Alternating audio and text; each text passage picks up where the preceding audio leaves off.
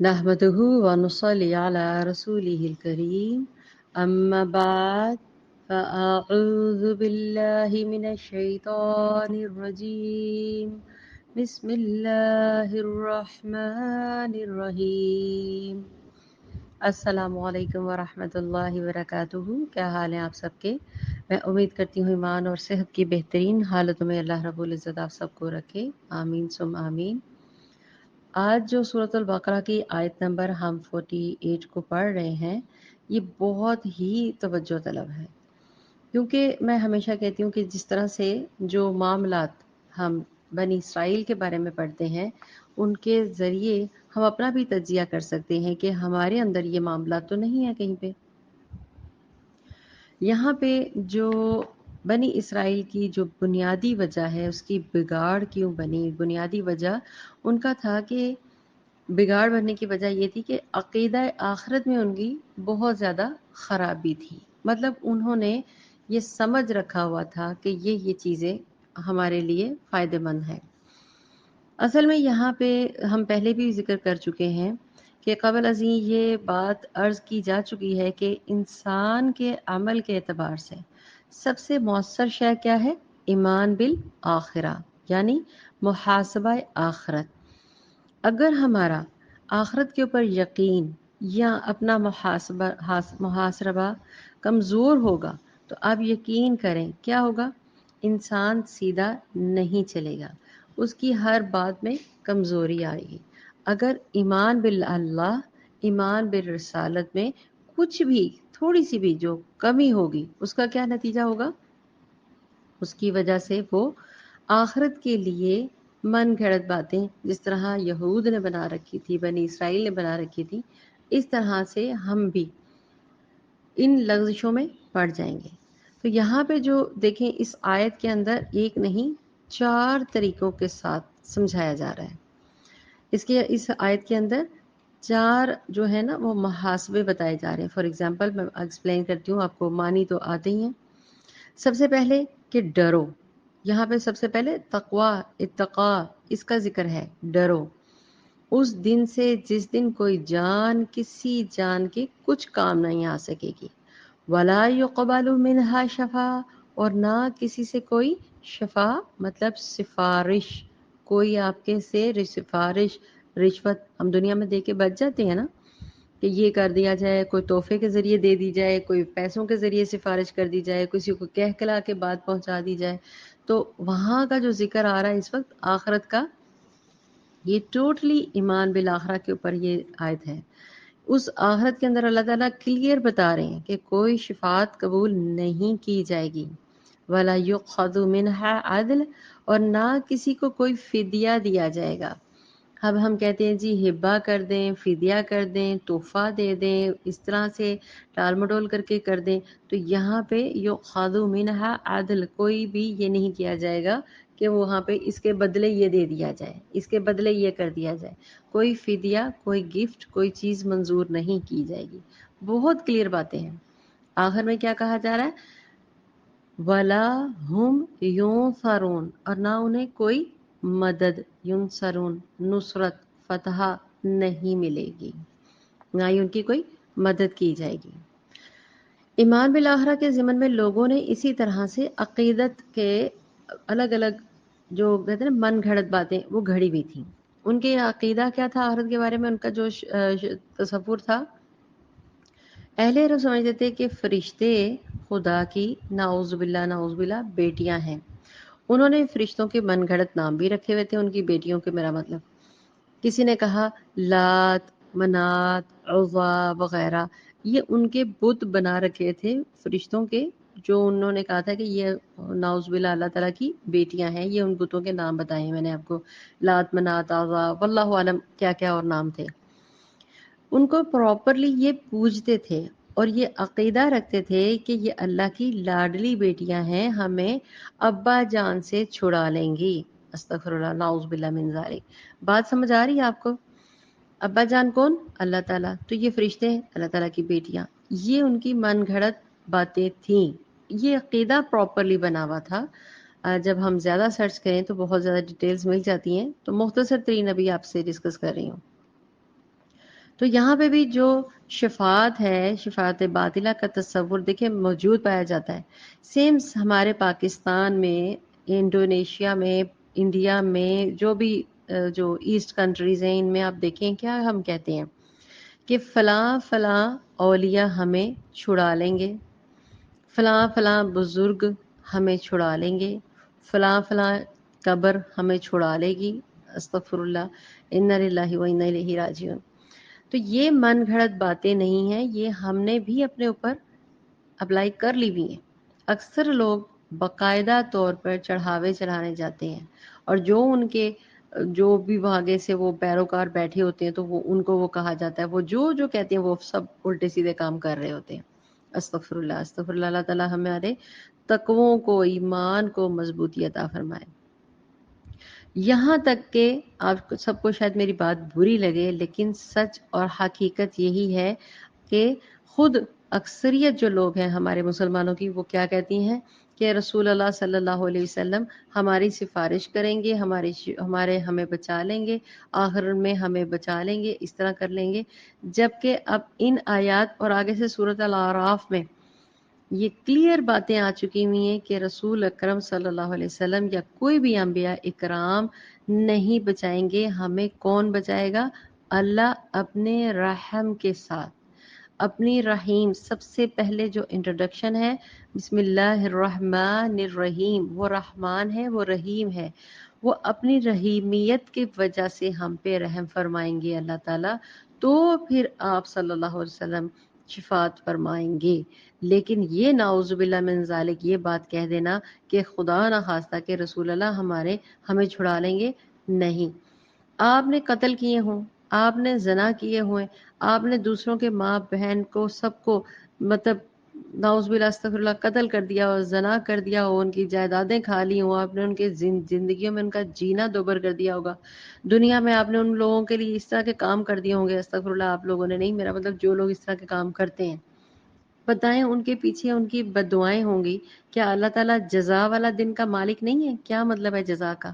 کہ اس دن کوئی چیز ولا يقبل منها شفا، یہاں پہ یہی آخرت کا یقین دلایا گیا ہے کہ اس دن کوئی سفارش، کوئی چیز، کوئی رتبہ، کچھ بھی کام نہیں آنا، کچھ بھی کام نہیں آئے گا. حتیٰ کہ میں آپ کو اپنی طرف سے نہیں، خدا نخواستہ بات کرنے لگی، میں انشاءاللہ آیات پڑھ کے اور قرآن سے، صرف احادیث کو بھی آپ رہنے دیں، میں آپ کو ڈائریکٹ قرآن کی کچھ آیات، زیادہ نہیں تو پھر لیکچر بہت لمبا ہو جاتا ہے، کچھ آیات آپ کے ساتھ شیئر کروں گی. آپ ان کی آیات پڑھیں اور صرف ترجمہ پڑھ لیں ان کا کہ اللہ تعالیٰ کیا کیا فرما رہے ہیں، کہ کچھ بھی قائم نہیں آئے آپ کے سامنے، کامیاب نہیں ہوگا. کون کامیاب ہوگا؟ اپنا تقوی والا. ابھی اسی سورۃ البقرہ کے اینڈ میں ہم جب سورت پڑھیں گے نا آیت الکرسی، تو آخری والی جو آیات ہیں اس سے پہلے سورت آیت الکرسی آئے گی، تو دیکھیے گا اس کے اندر اللہ تعالیٰ کی وحدانیت، کہ جس کو نہ اونگ آتی ہے نہ یہ والے معاملات، اور وہاں پہ وحدہ لا شریک اور شفاعت، یہ ساری باتیں کلیئر ہیں اس میں.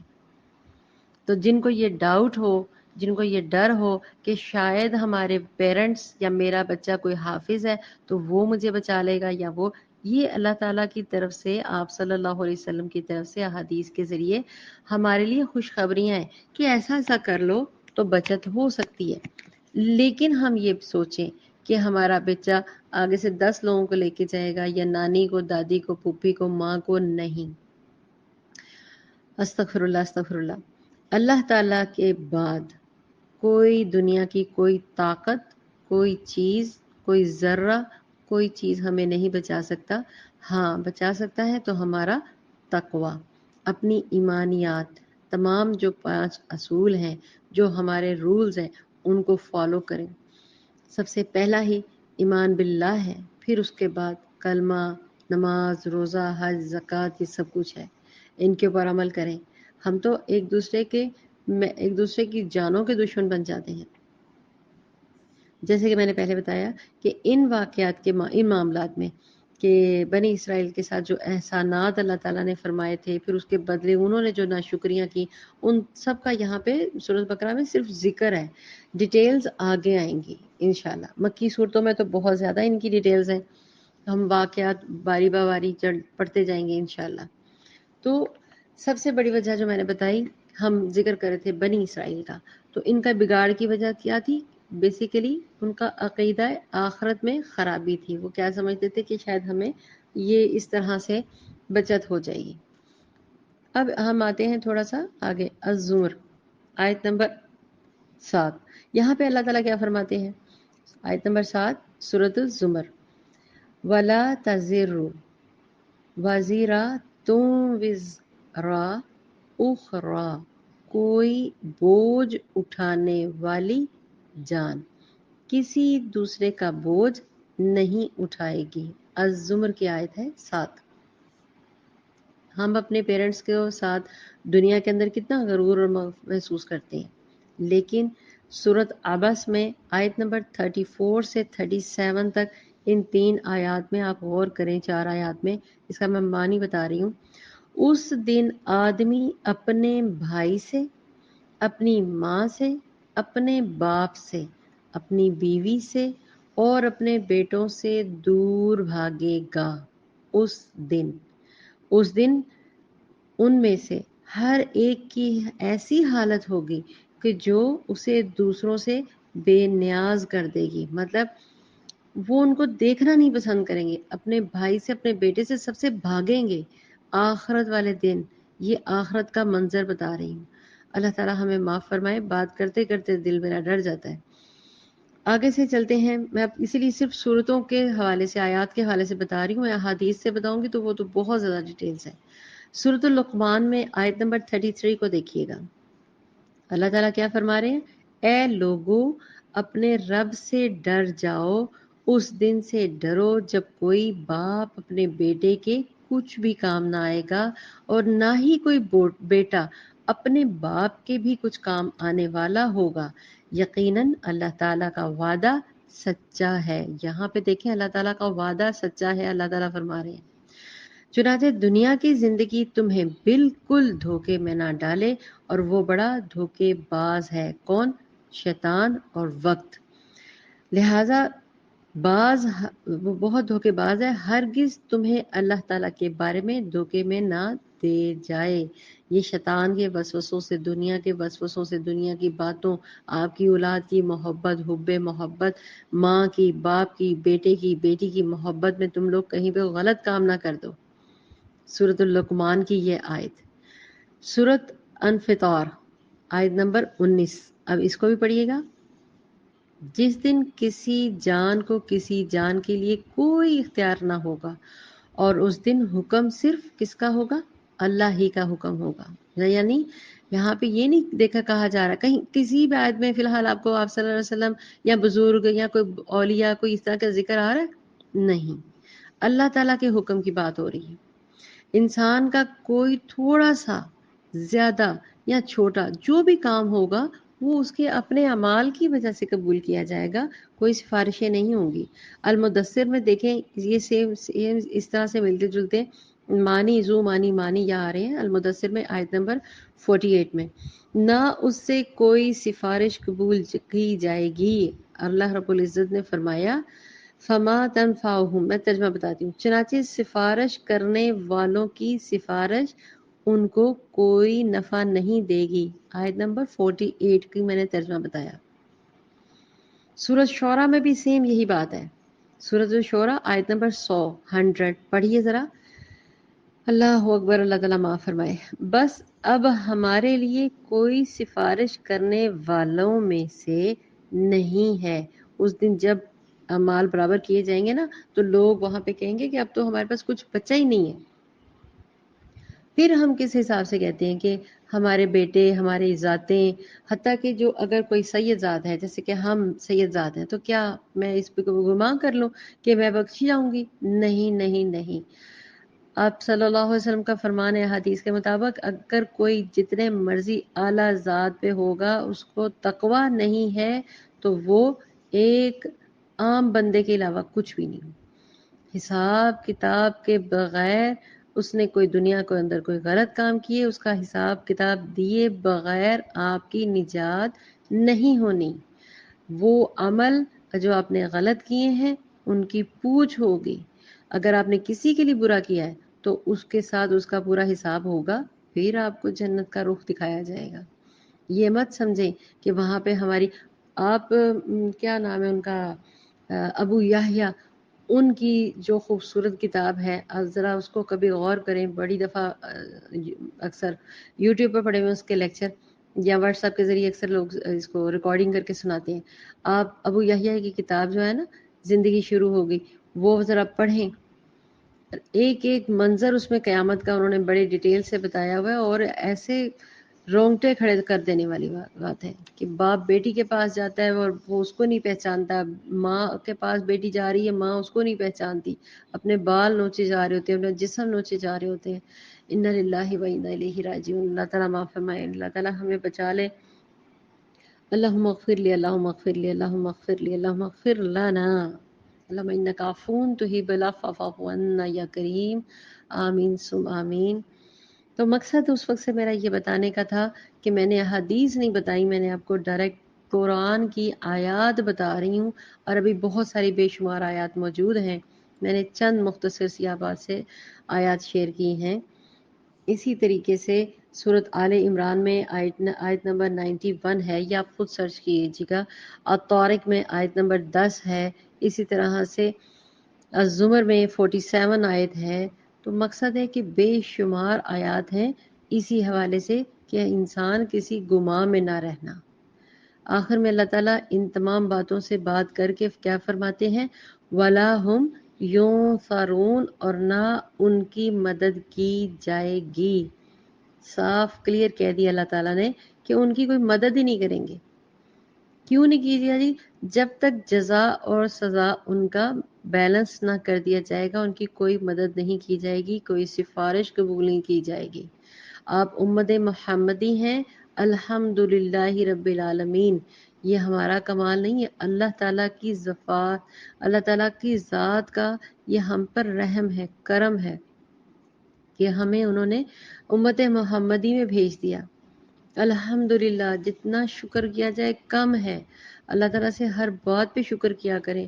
مسلمان گھرانے میں پیدا کیا، کان میں اذان دلوائی، الحمدللہ قرآن سننے والوں میں سے بنایا، نماز پڑھنے والوں میں سے بنایا، الحمدللہ اوضاع مکمل دیے، الحمدللہ قرآن پڑھنا تلاوت کرنے والا بنا دیا، الحمدللہ لوگوں کو نفع پہنچانے والا بنا دیا۔ اللہ ہمیں پکا مسلمان مومن بنا دے، آمین ثم آمین۔ کیونکہ کیا ہے، اگر ہم نے دنیا میں برائیاں کمائیں، وَلَهُمْ يُنصَرُونَ، وہاں پہ کوئی مدد نہیں پہنچی جائے گی، یعنی ان سے عذاب نہیں ہٹایا جائے گا۔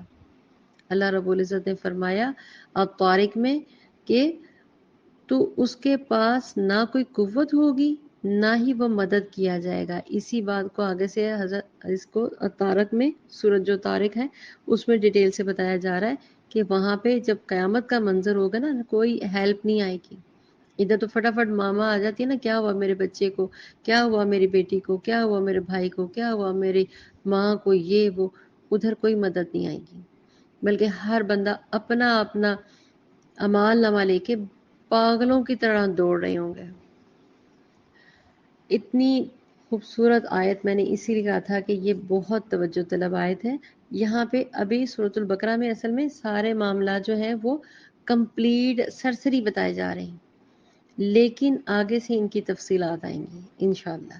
اللہ تعالی ہم سب سے ہماری کمی بیشیوں کو ختم کر دے۔ اللہ تعالی ہمیں سیدھے راستہ پہ چلنے کی توفیق عطا فرما دے۔ جو کمی ہے اللہ تعالیٰ سے آج ہی آپ سب نے عہد کرنا ہے کہ اللہ ہمیں نہیں معلوم تھا، یا ہم تھوڑا سا دنیا کے معاملات میں ادھر ادھر بھٹکے ہوئے تھے، اب نہیں کریں گے انشاءاللہ۔ اپنے ساتھ وعدہ کریں، شیطان کے وسوسوں کے ساتھ نہیں بھٹکیں گے، دنیا کی لغزشوں میں نہیں پڑیں گے، اپنے دین کو سمجھ کے اس کے اوپر عمل کریں گے۔ جو کہے گا یہاں پہ یہ مل رہا ہے، یہاں پہ مل رہا ہے، یہ وقتی مل رہا ہے، یہاں پہ یہ چیز مل جائے گی، یہاں سے یہ باب سے یہ دعا مل جائے گی، یہ وقتی ملے گا۔ صبر والصلاۃ، پہلے صبر کرو، پھر صلاۃ کے ذریعے مدد مانگو۔ نصر من اللہ والفتح، اس سے بڑی کوئی طاقت نہیں ہے جب اللہ اس کو فتح نصیب عطا فرماتے ہیں۔ جب مانگے اللہ سے مانگے۔ جب طلب کریں اللہ سے طلب کریں. ہاں ماں باپ دیے ہیں، بہن بھائی دیے ہیں، ان کے ساتھ آپ اپنی بات شیئر کریں لیکن چغلیاں نہیں کریں. اللہ ہماری کمی بیشیوں کو معاف فرمائے. آمین ثم آمین. وآخر دعوانا ان الحمد للہ رب العالمین. السلام علیکم ورحمۃ اللہ وبرکاتہ. سبحانک اللہم وبحمدک اشہد ان لا الہ الا انت استغفرک واتوب الیک.